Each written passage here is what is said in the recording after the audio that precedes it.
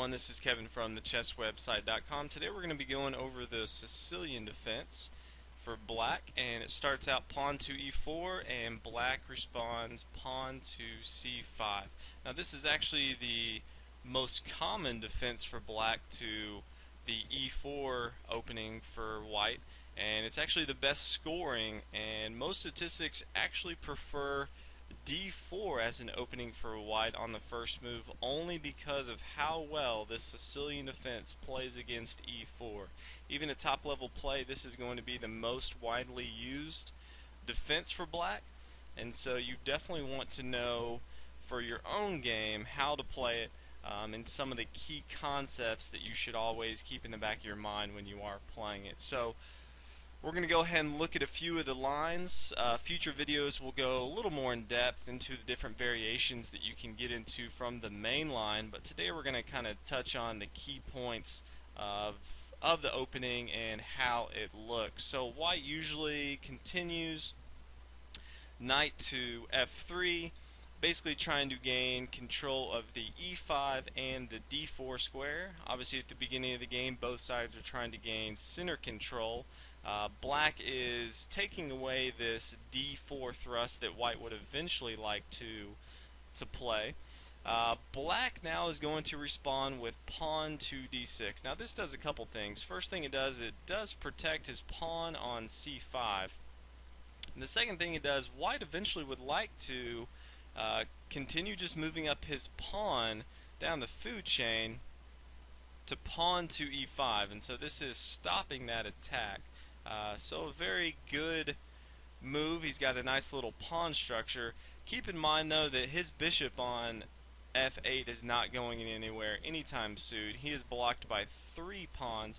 Eventually though you're going to want to move this pawn either to e6 or e5. You're eventually going to want to get your bishop to e7 unless you play the dragon and you fianchetto. Once your bishop is on e7, you can then castle once the knight is developed, and you will have very good development on the king side. So that's how eventually you're going to play with this bishop. Your bishop here on the c8 square, you're eventually going to want to thrust this pawn on the b file, and you're going to want to get the bishop on this long diagonal aimed right at the king side. So a few key concepts to look at the very beginning. We're going to continue forward with the main line.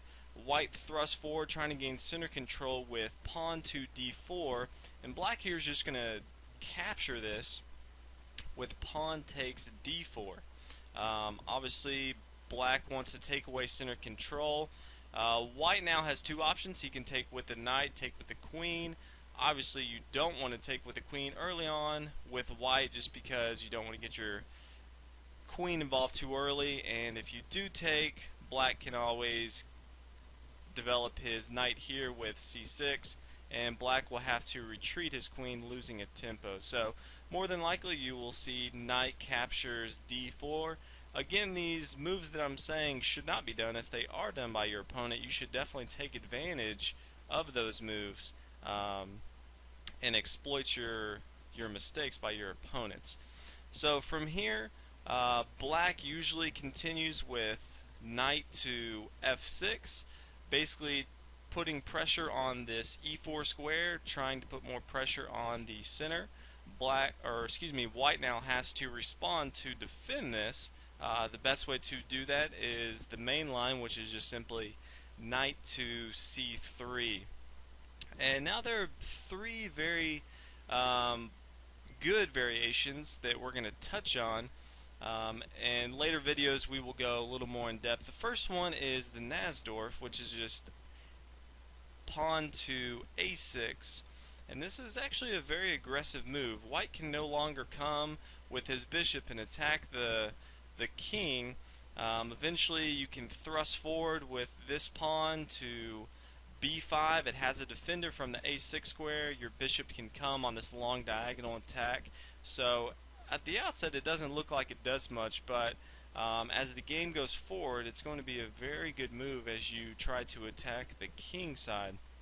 The second move that we're going to look at is simply the classical variation, which is just a development of the knight here to c6. White can always capture here, and then black can take on c6 and begin to thrust forward again for center control. So that is the classical. And then last we have the dragon. A lot of times you will see people try to fianchetto on the king side. They'll bring their bishop to g7, castle king side, and build up a defense that way. So a lot of different variations that you can do. This is a very good defense. It's a very attacking defense. You can get a lot of good play from it. So those are some of the key concepts to keep in mind. Later videos we will go into some of the other variations. Thanks again for watching. Hope you enjoyed. Hope you learned a lot. Definitely check out the other videos. Check out the website. And be sure to subscribe so you know when new videos are coming out. Thanks for watching.